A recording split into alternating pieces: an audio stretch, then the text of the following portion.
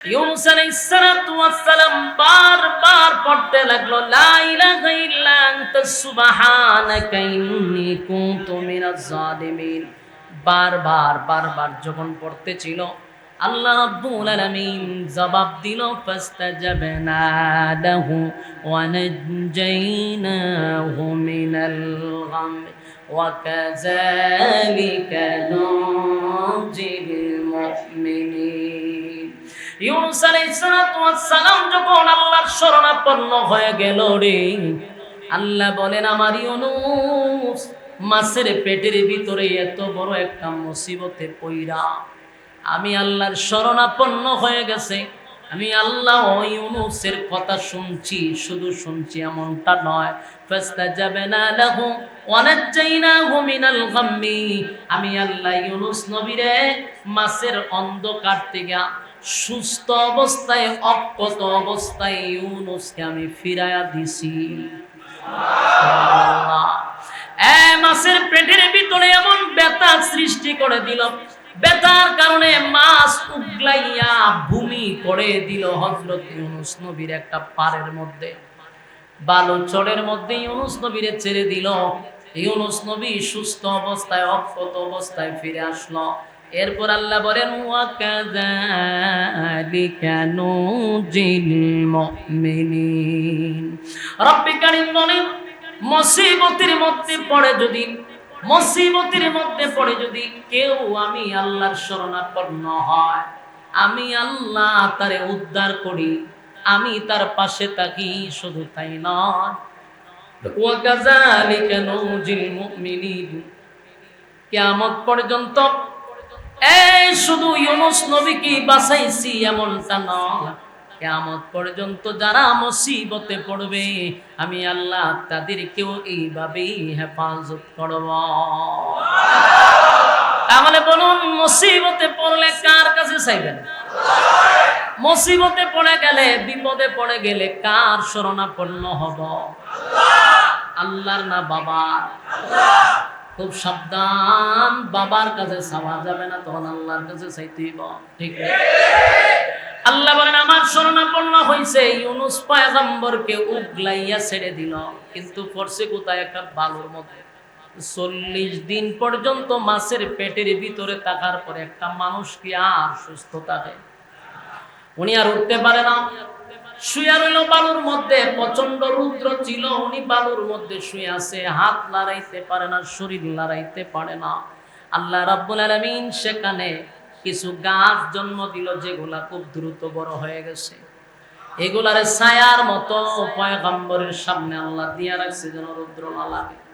নবীর পাশে একটা খেজুর গাছ হয়ে গেল, কিছু ফলের গাছ নবীর আশপাশ দিয়ে আল্লাহ বড় করে দিল। খেজুর গাছের খেজুর পেকে পেকে ইউনূস নবীর কাছে পড়ে, ইউনূস নবী খায়, শরীরে শক্তি হইতেছে। তারপরে সাগরের পানি হয় লবণাক্ত, ইউনূস পয়গম্বরের পাশে একটা ছিদ্র দিয়া মিষ্টি পানি বাহির করে দিছে। সুবহানাল্লাহ। ইউনূস নবী বার হইয়া মালিকের শুকরিয়া আদায় করছে গো, মালিকের শুকরিয়া আদায় করছে। আর নিজের ভুল নিজে বুঝতে পারছে যে আমারই অপরাধ। একটা সময় ইউনূস নবী ফুললি সুস্থ হয়ে গেল। এবার সুস্থ হওয়ার পরে ইউনূস পয়গম্বর নিজে নিজে সিদ্ধান্ত নিল, আমি তো যেই কারণে নিনুয়া নামক শহর থেকে বাহির হয়ে আসছি, আমি সেই শহরে যাব, সেই শহরে আবার যাব, আবার গিয়া দিনের দাওয়াত দিব। ও চাচা, ওয়াজ আমি করতাম না, আপনি করতেন, মাঝখানে বাম হাত ঢুকাই দিছে। নিনুয়া নামক শহরে আমি যাব। বলুন তো দেখি, ইউনূস নবী কি জানে তার উম্মত কালেমা পড়ছে? কথা কইনা দি, উনি কিন্তু জানে না, উনার খবরও নাই যে পুরা দেশ উনার উপরে ঈমান আনছে। এখন ইউনূস নবী সিদ্ধান্ত নিল, আমি যেই ভুলটা করছি সেটা আমি নিজেই সংশোধন করব। আমি আবার নিনুয়া নামক শহরে গিয়ে কালেমার দাওয়াত দিব। তারা যদি আমারে মারব, আল্লাহর হুকুম ছাড়া আমি কোথাও লড়ব না। সিদ্ধান্ত নিয়া ইউনূস পয়গম্বর রওনা দিল নিনুয়া নামক শহরের দিকে। হঠাৎ করে রাস্তার মধ্যে একজন ডাক দিয়া বলে, আল্লাহর পয়গম্বর একটু দাঁড়ান। সুবহানাল্লাহ। ইউনূস পয়গম্বর আশ্চর্য হয়ে গেল, আমি রাস্তা দিয়ে যাই, আমারে দেখে একজন বলে, আল্লাহর পয়গম্বর একটু দাঁড়ান, আপনার সঙ্গে আমার কথা আছে, কথা আছে, কথা আছে। ইউনূস নবী আশ্চর্য হইছে এই কারণে, 40 বছর দাওয়াত দিয়ে একটা মানুষ কালেমা পড়লো না। আমি যে আল্লাহর পয়গম্বর, আমি যে নবী, এটা স্বীকারও করলো না। কে রে পিছন দিক দিয়ে আমার নবী বইলা ডাক দেয়। ওই লোকটা বলে, হুজুর আপনি দাঁড়ান, আপনি আল্লাহর পয়গম্বর। আল্লাহর পয়গম্বর ইউনূস বলে, কেটরে আসো, কেমনে আমার চিল্লি, আমারে কেমনে চিনলি, আমি আল্লাহর পয়গম্বর, কেমনে জানলি, কেমনে জানলি? ওই মৎস্য সে মাছ চাষ করত, নদীর থেকে মাছ ধরত, গরিব মানুষ। লোকটা বলে, হুজুর আপনার চেহারা দেখে আমি বুঝতে পারছি আপনি দুনিয়ার কোন সাধারণ মানুষ না, আপনি আল্লাহর পয়গম্বর, আপনার চেহারা সাক্ষী দেয়। সুবহানাল্লাহ। ইউনূস নবী চিন্তায় পড়ে গেছে। ইউনূস আলাইহিস সালাতু ওয়াস সালামের উম্মতেরা ছিল খুব তেরা টাইপের লোক, তারা এখন গিয়া তাদের দিলটা নরম হইছে। কান্দে কান্দে লাভিব অন কান্দে, তো কি ভুল করলাম। ইউনূস যদি থাকতো তাহলে তার হাতে পায়ে ধরে আমরা কালে মাটা পরে নিতাম, গজব তো খুব কাছাকাছি। হঠাৎ করে দেখে শুধু কালো নয়, এখন ভয়ানক শব্দ হইতেছে। দেখছেন বৃষ্টি এবারে গেছে ঠাড়া ভরে আওয়াজটা দেখছেন, অনেক বেনামাজিরও কল যায় সব মুসর মারে যে সব বনাস, কথা ঠিক নেই, দরজা লাগায় এমন ভয় ভিতরে আসে। ই আওয়াজ না, এটা তো গজবের আওয়াজ, এটা সে আরো বেশি ডাবল আওয়াজ, বিকট থেকে বিকট আওয়াজ হইতেছে, ভয়ানক শব্দ হচ্ছে। আর ইউনূস নবীর উম্মতেরা ভয়ে তরতর করে কাঁপতেছে আর কান্না শুরু করছে। এর মধ্যে একজন বলে, শোনো, ইউনূসের চিন্তা করে এখন আর কোনো লাভ নাই, কারণ আমাদের মাথার উপরে কিন্তু গজব চলে আসছে, সমানে ধ্বংস করে দিবে। আমরা যখন ইউনূস নবী নাই, তাহলে নিজে নিজে যতটুকু পারি ইউনূসের রবের উপরে আমরা ঈমান আনব। ইউনূস নবীর উম্মতেরা সবাই ঘর থেকে বাহির হইয়া মাঠে আইসা 2 হাত তুলে কান্দে আর বলে, রব ইউনূস নবীর প্রভু, আমরা এতদিন বুঝতে পারি নাই, আমরা এতদিন বুঝি নাই আপনার নবীর সঙ্গে আমরা অন্যায় করছি, অপরাধ করছি, বেয়াদবি করছি, কিন্তু আপনার নবী থাকলে মাপ চেয়ে নিতাম, আপনার উপরে ঈমান আনতাম, কিন্তু আপনার নবী আমাদেরকে ছেড়ে চলে গেছে, এখন কার কাছে গিয়া কালেমা পড়ি? নিজে নিজেই কালেমা পড়লার বলল, আল্লাহ অন্যায় করছি গো, অপরাধ করছি, আপনার নবীর সঙ্গে বেয়াদবি করছি, আর কোনোদিন এমন বেয়াদবি করব না, আপনার হুকুমের অমান্য অবাধ্য হব না, আমাদেরকে মাফ করে দেন। কালেমা পড়লাম। আল্লাহ বলেন, জিবরাইল রে, আমি তো গজব দিতে চাইছিলাম নাফরমানদের উপরে, বেঈমানদের উপরে, যারা আমি আল্লাহকে অস্বীকার করে, কিন্তু এখন গজব পড়বে যারা আমারে স্বীকার করে, যারা আমার উপরে ঈমান আনছে। তাই আমি ঈমানদারের উপরে গজব দিব না, যারা আমারে রব হিসাবে মানে, আমি রবের উপরে ঈমান আনছে, আমি তাদের উপরে গজব দিব না। ইউনূস নবীর উম্মতেরা ঈমান আনছে, জিবরাইল গজব উঠায় নাও।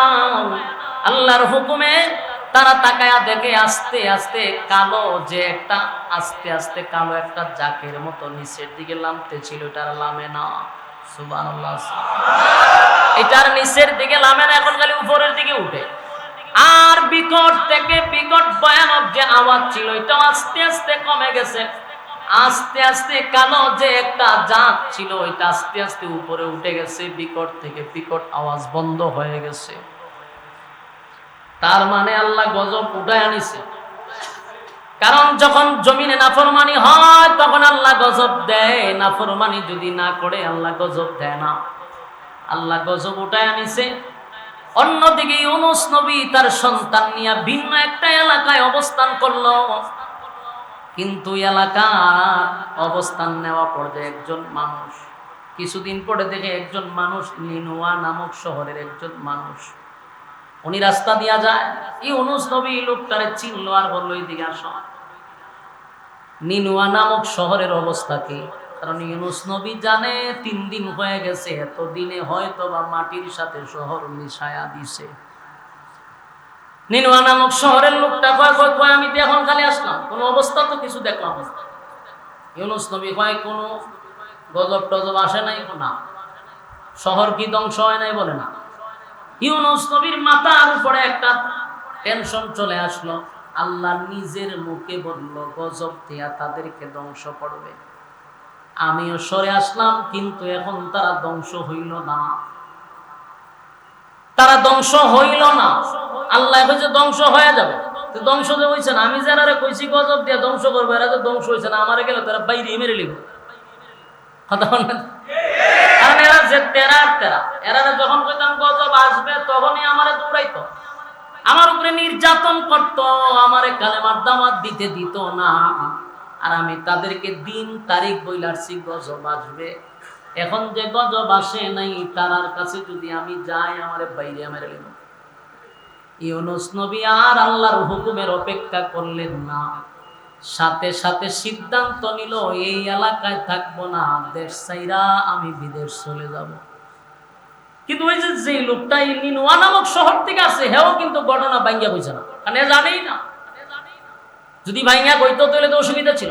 ইউনূস নবীও কিন্তু কোনো ধরনের বড় ধরনের কিছু করে না, এটা এক ধরনের ওনারও যে অবস্থায় ছিল এটা রাইট ছিল ওনার। কিন্তু ওনার একটা ভুল ছিল যে আল্লাহর পক্ষ থেকে ওহী আসার আগে উনি সিদ্ধান্তটা নিছে।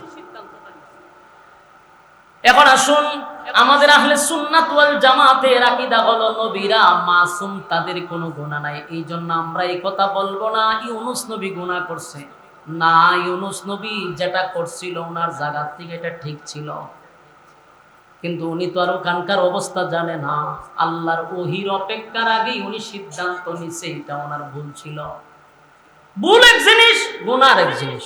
কথা বলি না, আমারে কাসিমি সাহেব কইছে আপনি যদি যাইতে চান শাহবাজপুর তাহলে ডাইন দিকে যায়েন, অথবা বাম দিকে যায়েন, আপনি ডাইন দিকে যায়েন না। আমি গেছি গা ডাইন দিক। এটা কি গুনাহ হইছে না ভুল হইছে? ভুল এক জিনিস, গুনাহ এক জিনিস। হ্যাঁ, বিরা গুনাহ করেন। সিদ্ধান্ত ছিল আল্লাহর ওহীর অপেক্ষা না করে উনি দেশ ছাইরা বিদেশ যাওয়ার একটা প্ল্যান করছে। শেষে করলো কি, বিদেশ যাওয়ার জন্য বাচ্চা হইল 2 জন, বিবি হইল 1 জন। উনি একজন কয়জন? এই 4 জন লোক রওনা দিতে গিয়া হঠাৎ করে একজন দুষ্ট লোক, চরিত্রহীন, সে মহিলা দেখলেই জাপায়া পড়ে। এই দুষ্ট লোকের কিছু লোক আইসা ইউনূস নবীর বিবিকে সিনায়া নিয়ে গেছে। নাউজুবিল্লাহ। এ সুন্দরী মাইয়া হন দেখলে এ জোর কইরা দূরে লয়ে যায়। ইউনূস পয়গম্বরের বিবি জোর কইরা লয়ে যাইতেছে। কিন্তু ইউনূস নবীর বিবি বলে যে স্বামী, আপনি যেই কাজে যাইতেছিলেন আপনি যাইতে থাকেন, আমার চিন্তা করেন না, আমার হেফাজতের দায়িত্ব আল্লাহ। নবীর বিবি তো কইছে আমার হেফাজত আল্লাহ করবে, আপনি যান। বিবিরে নিয়ে গেল রাস্তার মধ্যে। এবার 2টা সন্তান লইয়া ইউনূস নবীর ওয়ানা দিল দেশ ছাইরা বিদেশ যাবে। রাস্তায় যাইতে শুরু করলো, ছোট্ট একটা নদী পার হইয়া তারপরে গিয়া জাহাজে উঠতে হয়। নদীর কিনারায় একটা সন্তানরে দাঁড় করাইয়া আরেকটা সন্তানরে কাঁধে করে নিয়ে যাবে। হঠাৎ করে যখন নদীতে নামলো, দেখে ছেলেটারে বাগে এসে লয়ে গেছে। কথা বুঝতেছেন? যেই ছেলেটারে নদীর পাড়ে রাখছিল ওইটারে বাগে আইসা কামড় দিয়ে নিয়ে গেছে। এমন আর রয়েছে এক ছেলে। এই ছেলেটারে নিয়ে যখন নদীতে নামলো, নদীর এত স্রোত, পানির স্রোতের কারণে বাচ্চাটারে আর ধরে রাখতে পারলো না। পানির স্রোতে বাচ্চাটারে বাসায় নিয়ে গেছে। বলুন মুসিবত বাড়ছে না কমছে? যেটা বলতেছিলাম, পরীক্ষা কিন্তু আল্লাহ পয়গম্বরদের কেউ ছাড়ে নাই। পয়গম্বরদের উপরও পরীক্ষা আসছে, কিন্তু পরীক্ষায় উত্তীর্ণ হইতে পারলেই চিরস্থায়ী জান্নাত কি এমনি এমনি পাবেন না, পরীক্ষা দিতে হবে।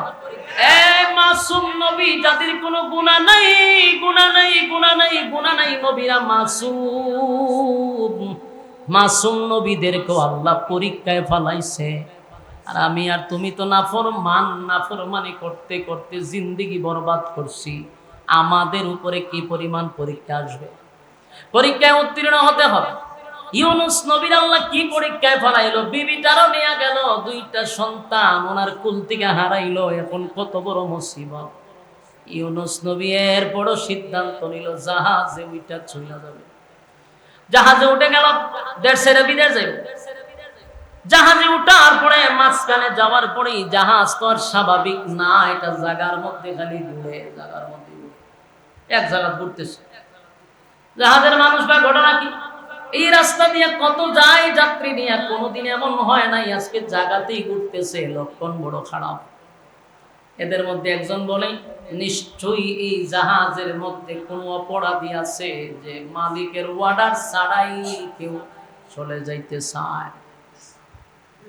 ইউনুস নবীর মনে মনে জানা আসেনি।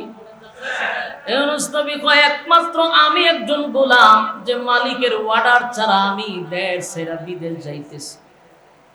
এখন সবাই সিদ্ধান্ত নিছে এমন অপরাধী যে আছে তারে নদীতে ছেড়ে দাও, তাহলে পুরা জাহাজ চলে যাবে। ইউনুস নবী বলে, ভাই এই অপরাধে আমি যুক্ত, আমারে আপনারা নদীতে ফলায়া দেন। জাহাজের সব মানুষ ইউনুস নবীর দিকে তাকাইয়া আশ্চর্য হয়ে গেছে, কারণ এটা সাধারণ মানুষের চেহারা না, এটা পয়গম্বরদের চেহারা। নবীদের চেহারা কত সুন্দর, সুবহানাল্লাহ আছে। এই কিতাবে লেখছে যেই জামানায় যেই নবীর আল্লাহ পাঠাইতো, ওই জামানায় নবীর থেকে সুন্দর আল্লাহ কাউরে বানাইতো না। নবীর চেহারার দিকে তাকাইয়া মানুষ এক মিনিট একেবারে স্ট্রং হয়ে গেছে। সপ্পনা এত সুন্দর মানুষ, রাজপুত্র, উনি তো গোলাম হইতে পারে না, উনি মালিক হইব, গোলাম হইব। আর ইউনুস নবী তো জানে যে কোন মালিকের কথা বলছে, মানে এরা তো বিধর্মী। ইউনুস নবী কয়, আমি গোলাম, আমি মালিকের অর্ডার ছাড়া দেশ ছেড়ে বিদেশ যেতেছি, আমার তাড়াতাড়ি নদীতে নিক্ষেপ করো, তাহলে তোমরা বাঁচবা। এরা হয় হুজুর সব বনস করে নিছে, এই মুহূর্তে যদি আপনারা আমরা নদীর ফেলাইয়া দিই, তাহলে এখন তো ফানির উপর দিয়া ঘুরে আপনারা ফালাইলে এটা ফানির নিচে তা করবো। এরকম কামেল লোকরে আমরা ফালাইতে পারতাম না। আপনি আসেন দিকটা আমরা বাচ্চা আছি, সুতরাং আপনারা ফালাইব। হেরা কোনোভাবে ইউনুস নবীর কথা মানতে রাজি না। চেহারা সুন্দর, দেখতে বুজুর্গ, এমন লোকরে আমরা কেন নদীতে নিক্ষেপ করি? না না না, সব আপনারা বলা যেত না। হেরা ৩-৪ জন ডেকে হয়, তুই লাম তোরে গোলামের মতো লাগে, তোরে ফালাইতে পারি।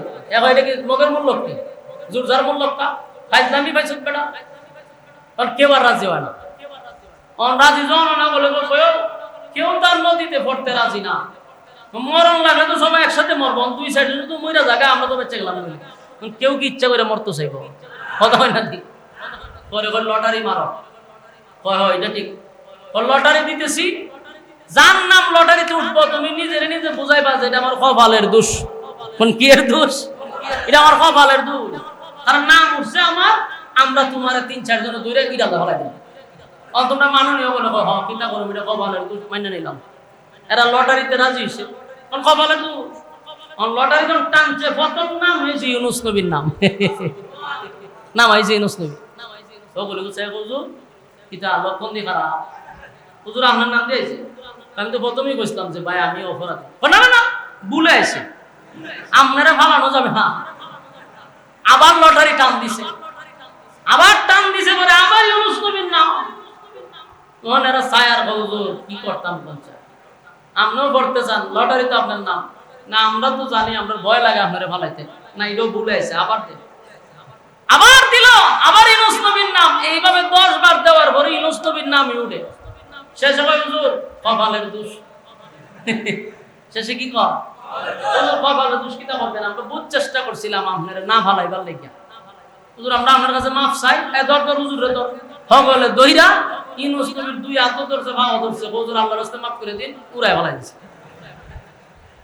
যেই ফালাইছে দেন পরীক্ষা কাটে কয় ফালাইতে দিলে আবার তিমি মাছায় ওনারা খাই দিছে। পরীক্ষা কিতা বুঝছেন নি? একজন নবীর উপরে কত মুসিবত যাইতেছে, তিমি মাছায় আবার ওনারা খাই নিল। আর যে নদীর উপর দিয়ে যেটা ঘুরতো, ঘুরাও বন্ধ, এখন এটা সুজা যাওয়া শুরু করছে।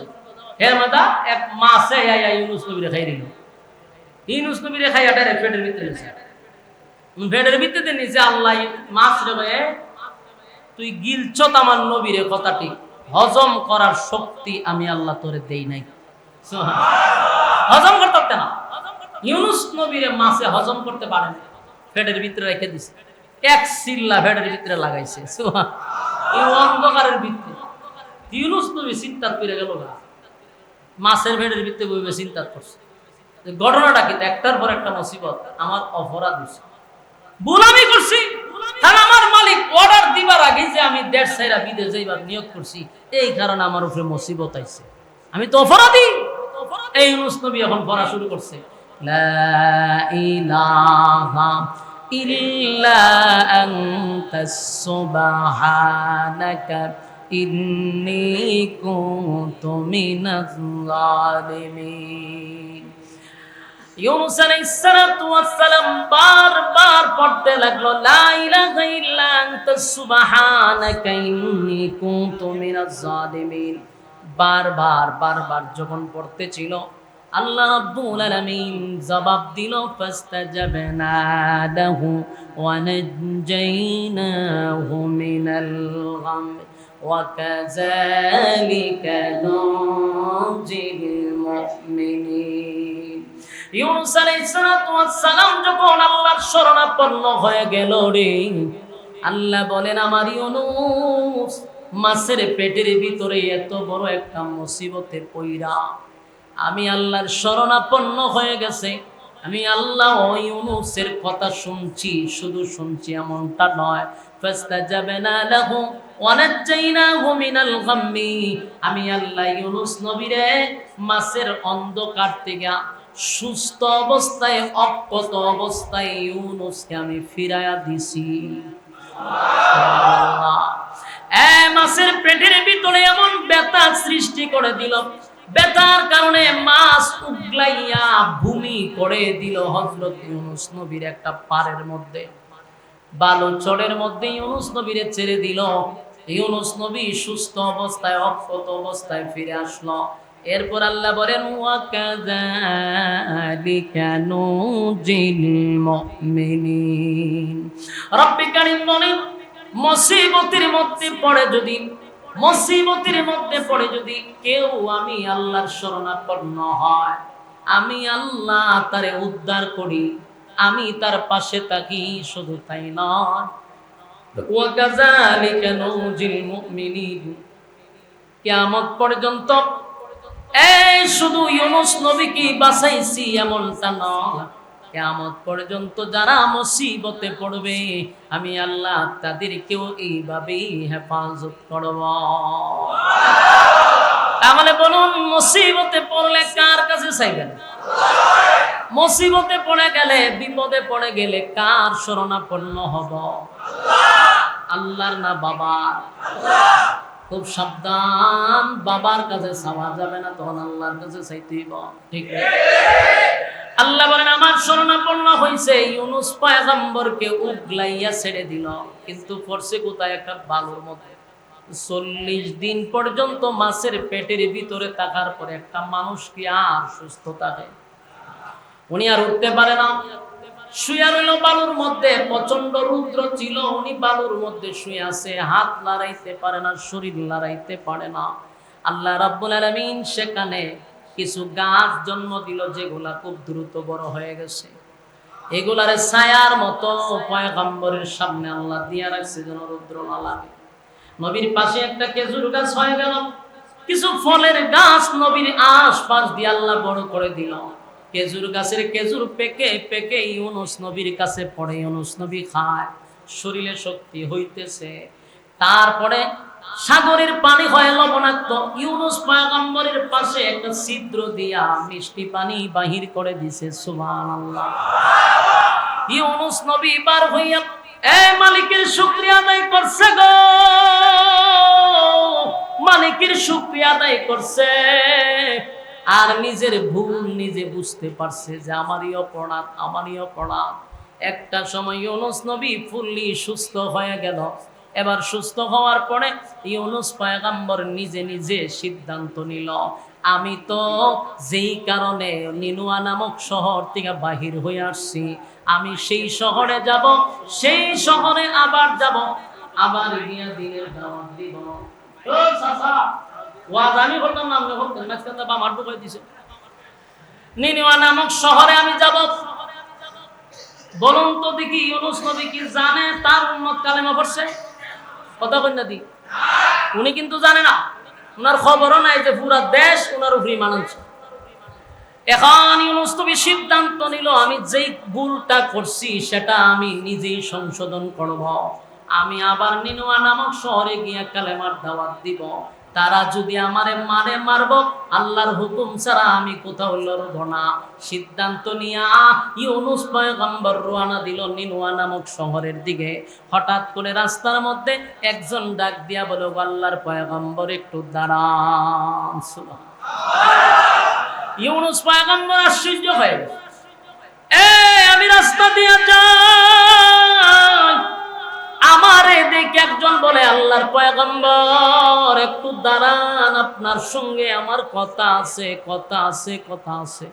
ইউনূস নবী আশ্চর্য হইছে এই কারণে, 40 বছর দাওয়াত দিয়ে একটা মানুষ কালেমা পড়ল না। আমি যে আল্লাহর পয়গম্বর, আমি যে নবী, এটা স্বীকার করল না। কে রে পিছন দিক দিয়ে আমার নবী বইলা ডাক দেয়। ওই লোকটা বলে, হুজুর আপনি দাঁড়ান, আপনি আল্লাহর পয়গম্বর। আল্লাহর পয়গম্বর ইউনূস বলে, কেটরে আসু, কেমনে আমারে চিনলি, আমারে কেমনে চিনলি, আমি আল্লাহর পয়গম্বর কেমনে জানলি, কেমনে জানলি? ওই মৎস্য সে মাছ চাষ করতো, নদীর থেকে মাছ ধরতো, গরিব মানুষ। লোকটা বলে, হুজুর আপনার চেহারা দেখে আমি বুঝতে পারছি আপনি দুনিয়ার কোন সাধারণ মানুষ না, আপনি আল্লাহর পয়গম্বর, আপনার চেহারা সাক্ষী দেয়। সুবহানাল্লাহ। ইউনূস নবী চিন্তায় পড়ে গেছে, 40টা বছর দাওয়াত দিলাম, কোনদিন আমারে কেউ নবী বইলা ডাক দিল না। কত মাইর আমারে মারলো, কত লাঞ্ছিত করলো, অপমানিত করলো, আজকে একটা গরিব মানুষ আমারে আল্লাহর পয়গম্বর বলে ডাক দেয়। এবার মাছ যে বিক্রি করে এই লোকটা বলল, হুজুর একটু দাঁড়ান। দৌড়াইয়া গিয়া হঠাৎ করে ওই মৎস্যজীবী যে মাছ চাষ করে এই লোকটা দেখে, তার কুলে একটা সন্তান নিয়ে ইউনূস নবীর সামনে বলে, হুজুর এই সন্তানটা কার? বলে, এটা তো আমার ছেলে। ওই জায়গাটা পানিতে স্রোতে বাসায় নিছে, এই সন্তানটা না দিছে ইউনূস নবীর শৈল্য বলেন কুললন। ইউনূস নবী তো ছেলে দেখে অবাক হয়ে গেছে, আমার ছেলেকে তো পানির স্রোতে বাসায় নিয়ে গেছে, আমি তো তারে বাঁচাইতে পারলাম না, পানির স্রোতে আমার সন্তানকে নিয়ে গেল নদীতে, তুমি আমার ছেলেটারে কেমনে পাইলা?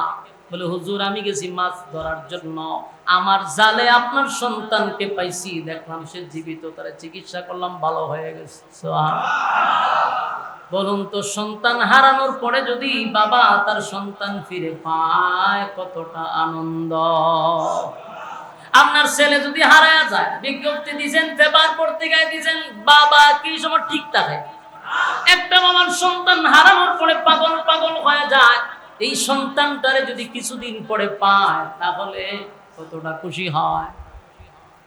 মাঝে মধ্যে সোশ্যাল মিডিয়াতে একটা চ্যানেল আছে, এটার নাম হলো আরজে কিবরিয়া। আপনারা অনেকেই চ্যানেলটা চিনেননি? আমি এটার ভিডিও মাঝে মধ্যে আমার সামনে আসলে আমি খুব মনোযোগ দিয়ে দেখি। এই আরজে কিবরিয়ার ভিডিও দেখে আমি কান্দি নাই এমন কোনো দিন নাই, মানে ভিডিও দেখলে যে কান্দবো এটা আমি একবার নিশ্চিত হয়ে যাই। চোখ দিয়ে অটোমেটিক যত শক্ত দিলওয়ালা মানুষ থাকুক, আরজে কিবরিয়ার ভিডিও দেখলে আমার চোখ দিয়ে অটোমেটিক পানি পড়বে। আমি খাচ্ছি, সত্য কথা, অনেক দিন একা একা খাচ্ছি, ভিডিও দেখলে আমি অটোমেটিক কান্দাই। কেন? ওইটার মধ্যে শুধু দেখলাম উনি হারানো, যারা হারাই গেছে এটির তুকায় বের করে। যেমন মনে করেন আপনার সন্তান হারাইছে 10 বছর আগে অথবা 20 বছর আগে, এই গার্জেন বিভিন্ন ভাবে এরা যোগাযোগ কইরা যে কোনোভাবে ব্যবস্থা করে, তখন 20 বছর পরে ছেলের এক রুমে রাখে, বাবার আরেক রুমে রাখে, খুব সুন্দর করে ডিসিপ্লিন করে। তো কতক্ষণ পরে বাবারে আনে যে আপনি আসুন, ছেলের বাবা দুইজন যখন 20 বছর করে টাকা, এই সময় মুহূর্তটা কেমন হবে? ছায়াটা তখন হঠাৎ করে বাবে দেখি ছেলেরা জড়ায় ধরে দুজনে একটা কান্নাকান্নি শুরু করে, এই সময় আপনারা অন্যান্য বানিয়ে আইব, এইসব আমরা কান্না যত দিলওয়ালা শক্তওয়ালা মানুষও অটোমেটিক আমার চোখে পানি আসবে। আমি যদি দেখি তো আমার অটোমেটিক কান্না আসে, এটা আমারও কান্না আসবে। তখন দেখলাম যে দুইজন একজন আরেকজনের করে এমন চিল্লাচিল্লি শুরু করে। অনেকদিন পরে সন্তানটা পাইছে, কত সুমানি সুমা, গালো সুমা দেয়, কপালে সুমা দেয়, জড়াইয়া ধরে। তো এটা এই মুহূর্তটা আপনাকে আমি ওয়াসফিরে বোঝানো যাবে না, এটা যে ব্যক্তি সে বুঝে। কথা কোন ঠিক? ইউনুস নবী তো ছেলের আশা ছাইরা দিছে, ঠিক না? নদীতে বাসায় লয়ে গেছে সাগরের পানিতে, আর ভাই বাবু আর উনি নিজে মাছের পেটের ভিতরতে বাইরেছে, কত বড় মুসিবত তুইটাইছে। এর মধ্যে সন্তান ভাইয়া কতটা খুশি, জড়াইয়া ধরছে, কান্নাকাটি করছে। এখন ছেলেরে কাঁধে লইছে, লইয়া ওই শহরের দিকে রওনা দিছে। শহরের দিকে যায়, ছেলেটারে কাঁধে লইয়া লইয়া যাইতেছে। কিছুক্ষণ পরে দেখে পাহাড়ের উচ্চ টিলার থেকে একজন কাঠুরিয়া সারাদিন কাঠ কাটে, সারাদিন লাকড়ি এক জায়গায় জড়ো করে বাজারে নিয়ে বিক্রি করে, আর তার সংসার চলে। এমন একজন ব্যক্তি হঠাৎ করে এমন একটা ব্যক্তি পাহাড়ের উঁচু টিলার থেকে পয়গম্বর ইউনূস আলাইহিস সালাতু ওয়াস সালামকে ডাক দিয়া বলে, ও আল্লাহর পয়গম্বর, আপনি একটু দাঁড়ান, আপনার সঙ্গে কথা আছে। আসেনি সুবহানাল্লাহ। ইউনূস আলাইহিস সালাতু ওয়াস সালাম আবার অবাক হয়ে গেল, পাহাড়ের উঁচু টিলার থেকে কে রে আমারে পয়গম্বর বলে ডাক দেয়, কে আমারে পয়গম্বর বলে ডাক দেয়। আশ্চর্য হয়ে গেল। আশ্চর্য হইয়া উনি তাকায়া দেখে একজন কাঠুরিয়া পয়গম্বর ইউনূসকে ডাক দেয়া, হুজুর আপনি দাঁড়ান। ইউনূস পয়গম্বর বলেন, কাঠুরিয়া তুমি আমাকে কিভাবে চিনলা? আমি যে আল্লাহর পয়গম্বর, তুমি কেমনে জানো? বলে, হুজুর আমি বলতেছি আপনি দাঁড়ান। কিছুক্ষণ পরে কাঠুরিয়া লইরেন না, শেষ করে বিরক্ত লাগতে যান না? বিরক্ত লাগলে আমারও সুবিধা, ঠিক আছে? বইয়া তখন কি পরিমাণ কষ্ট আমার থেকে আপনারও কষ্ট, সিবার ভিতরে বসে রয়েছে। কথাগুলি একটু মনোযোগ দিয়ে শুনেন। শুধু বলছিলাম যে পরীক্ষা ইয়াদ রাখবেন, কি পরীক্ষা নিয়ে কথা চলতেছে। পরীক্ষার থেকে কেউ রেহাই পায় নাই। আপনি পরীক্ষা ছাড়া জান্নাত পাবেন না। নবীদের ক্ষেত্রে যেহেতু পরীক্ষা হয়েছে, নীরব হইলে ওয়াজ কেমনে করতাম, একবার আয় আওয়াজ, একবার যা। এরপরে তো মাইক ম্যান্ডে পাইতেছি না। আপনারা আসতেছেন, আমার তো বিরক্ত লাগছে। এখানকার যারা দায়িত্বশীল এরা তো কথা বলেন, মাইক ম্যান্ডে ৩-৪ জনে ধরে লইয়াম, মাহফিলটা ধ্বংস করে দিতেছে। বসেন লইরেন না, 10 মিনিট বসেন, উঠাউটি করেন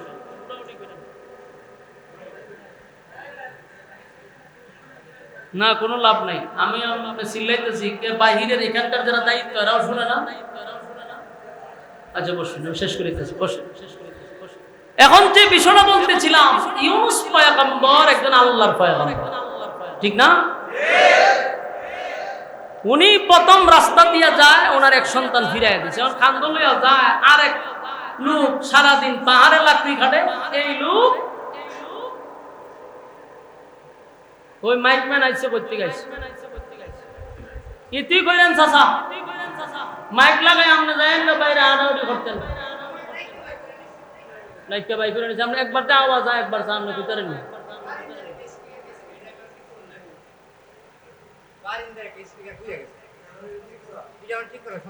আচ্ছা, এটা ঠিক না করেন, এটা ভিতরে আওয়াজ যায়, আর ঘটনা কি একবার আসে একবার যায়, এটা ঠিক করেন। ঠিক না ওই দিন গেছে আবার, ও ঠিক আছে। আবার আমি অন্য দেখতে আওয়াজ যায়, আবার আসতেছি, এখন আইসে আবার কত্তান করে যাইব, এটা ঠিক করে। বাইরে তাও ভিতরে ঠিক। এখন ইউনূস পয়গম্বর উনি তার সন্তানদের কাঁধে নিয়ে রওনা দিয়েছেন নিনুয়া নামক শহরে। আবার আরেক লোক ডাক দেয়, ভাই আল্লাহর পয়গম্বর আপনি একটু দাঁড়ান। ইউনূস পয়গম্বর ঘটনাটা বুঝলাম না, 40 বছর আমি দাওয়াত দিলাম, একটা মানুষ আমার পয়গম্বর বলে ডাক দিল না। এখন আমি আইলাম আর এক জায়গা থেকে এতদিন পরে, এখন আমারও বলে নবী হয়ে ডাক দেয়। ঘটনা কি? কাঠুরিয়ায় দেখে কতক্ষণ পরে তার বড় ছেলেটারে লইয়া আসছে। বাঘে লইয়া গেছে। বাঘে যে লইয়া গেছিল এই ছেলেটারে লইয়া ইউনুস নবীর সামনে একা রয়েছে। ইউনুস নবী বলে তো আমার ছেলে, আপনি ভাইলেন কেমন? হয় এটারে আমার কাছে বাঘে দিয়া গেছে। সুবহানাল্লাহ আসেনি? বাঘে দিয়া গেছে। বাঘে দেওয়ার পরে হয় আমি যে আপনি আল্লাহর পয়গম্বর এটা আমি জানতাম না, তবে আমি বুঝলাম কিভাবে? আমি বুঝলাম কিভাবে? বুঝছি যে এই ছেলেটা যা, সে সাধারণ কোনো মানুষ না, সাধারণ লোক না। বাঘে আমার কাছে কয় এটা আল্লাহর পয়গম্বরের সন্তান। সুবহানাল্লাহ, এটা আল্লাহর পয়গম্বরের। সাবধান, বিয়াদবি করিস না, ওনার কাছে আবার ফিরাইয়া দিবি। এখন এই লোক বলে তখনই বুঝতে পারছি, আর আমি চিনছিলাম আপনার খানদোজ একটা লইয়া ঘুরতেছেন, এটা যে এটার বাই চেহারা দিকে বুঝছি, বাইরে বাইরে চেহারা মিল থাকে না, দিকে বুঝছি যেটা আপনার। পরে বড় ছেলেরে ফিরাইয়া দিল। 2 ছেলে পাইয়া ইউনুস নবী খুশি না বেজা? খুশি। যাই কিছু ছাড়াইলাম যে বিরক্ত করতেছে, কথা বলার আর মন মানসিকতা নাই, আপনারা শোনারও মেজাজ নাই, ওই দিন মাইকে গীতা করে। এখন আসুন, ইউনুস পয়গম্বর 2 ছেলে পাওয়ার পরে খুশি না বেজা? এখন 2 ছেলেরে লইয়া বাপে আবার যাইতেছে রাস্তা দিয়া। কিছুক্ষণ পর যাওয়ার পরে কিছু বকাটে ছেলে আয়া ইউনুস নবীরে গেরো দিয়া কয়, হুজুর দাঁড়াই, আপনি আল্লাহর পয়গম্বর, আমরা আপনার সাথে বেয়াদবি করব না, আপনি দাঁড়ান। ইউনুস নবী আরো আশ্চর্যিত যে ঘটনাটা কি, যে হানু যে খালি আমার নবী হয়ে ডাকে, এরা তো বকাটে, এরা তো এইভাবে সুন্দর আচরণ করার তো কথা না। ভাই আপনি দাঁড়ান, দাঁড়ান কইয়া কিছুক্ষণ পরে ওনার বিবিরে লই আইছে সামনে।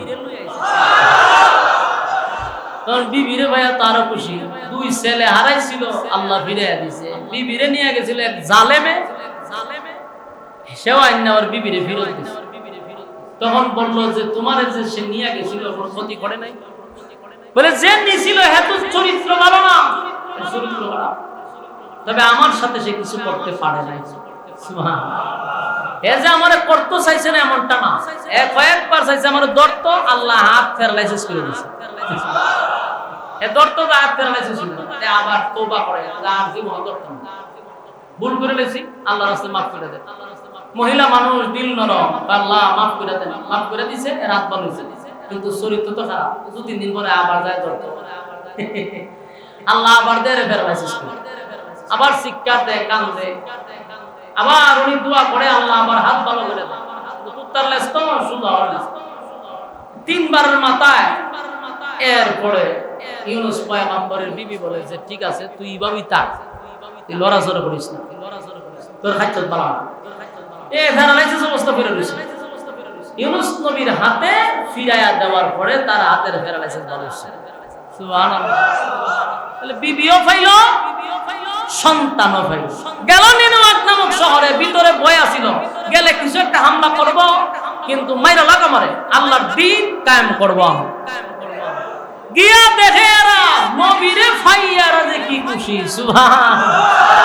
এরা নবী পাইছে, কারণ নবী ছাড়াই মানানছে, এখন তারা নবী পাইছে। খুশি আনন্দে ইউনুস নবীরে কত মহব্বত আর কত ভালোবাসা, নবী ভাইয়ারা বড় খুশি।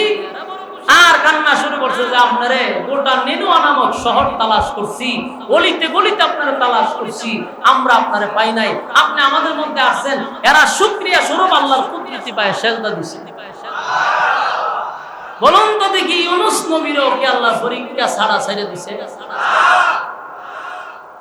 লম্বা ঘটনা, আরো কয়েকজনের পরীক্ষার কথা বললাম, কিন্তু আমি যে কথা বলতেছি আমার বিরক্ত লাগতেছে। মূল কথা হলো এই পৃথিবীটা পরীক্ষার হল, নবীদেরকেও আল্লাহ পরীক্ষা করছে, আর আপনার আমি আমাদের উপরে পরীক্ষা আছে। পরীক্ষাগুলো অনেক ধরনের হতে পারে। কাউকে আল্লাহ সম্পত্তি দিবে, কোটি কোটি টাকা তার থাকবে। কথা বল, পরীক্ষা খালি আপনি এটা ভাববেন না যে আপনি রিক্সা চালান আপনার আল্লাহ পরীক্ষা দিছে, এমনটা না। কোটি কোটি টাকা দিয়েও আপনার আল্লাহ পরীক্ষা করবে। নেতা বানাইবে, বড় ফদ দিব আপনারে, উবাইদুল কাদেরের মতো ফদ দিয়া দিব, এটা দিয়েও কিন্তু আল্লাহ পরীক্ষা করবে। হ্যাঁ, এটা দিয়েও পরীক্ষা করবে। তো পরীক্ষা করলে পরে আপনি তো পরীক্ষা বুঝতেছেন না। টাকা পাইয়া হয় দেখছো আল্লাহ আমারে কত মায়া করছে, আমারে কি পরিমাণ টাকা দিছে, আমারে কত সম্মান করছে।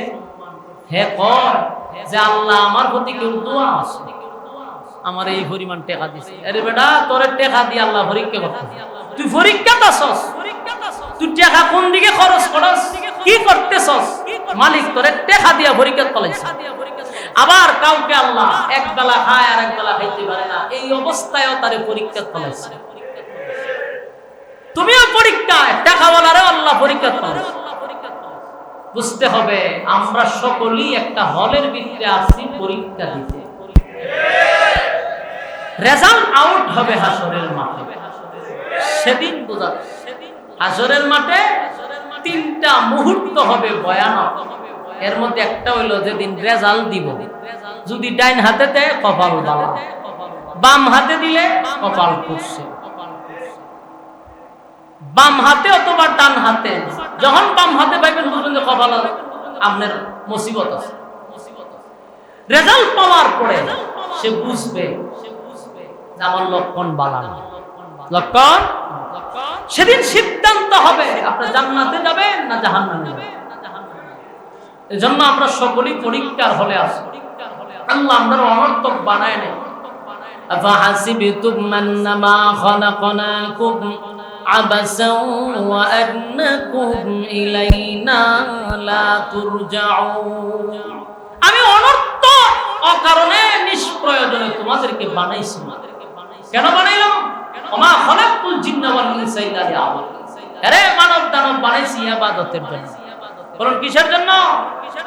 আমরার উদ্দেশ্য কি? আল্লাহর ইবাদত বন্দেগী করা। আমাদের পরীক্ষা চলতেছে, পরীক্ষায় উত্তীর্ণ হওয়া। কথা কোন ঠিক নেই? সব হালতে আমরা বুঝে নিব যে এটা আমাদের উপর পরীক্ষা শুরু হয়েছে। আল্লাহ আমাদেরকে পরীক্ষায় উত্তীর্ণ করুক, সকলে বলে আমিন। আমাদেরকে এই পরে হলের ভিতরে সুষ্ঠুভাবে আল্লাহ যেন আমাদেরকে পরীক্ষাটা দেওয়ায়, আমরা যেন সুষ্ঠুভাবে পরীক্ষা দিতে পারি। কথা কোন ঠিক? 3 ঘন্টা সময় বলতে কি বুঝলেন? ওয়াল আস, সময়ের কসম। মুফাসসিরিনে কেরাম সময়ের ব্যাখ্যা করতে গিয়ে অনেকগুলো অর্থ, কেউ বলে কালের কসম, সময়ের কসম, আসরের কসম, কিন্তু মূল ব্যাখ্যা হলো যে সময়টা বলছে এটা তোমার হায়াত নিয়ে কসম করছে। আল্লাহ তোমার হায়াতের কসম করছে, যে তোর হায়াতের কসম। ইন্নাল ইনসানা লাফি খুসর, তোরা ধ্বংস। বাঁচতে হইলে তোরা পরীক্ষার হলে পরীক্ষা দিয়ে উত্তীর্ণ হতে হবে। এই 4টা কোয়ালিটি আছে সময়।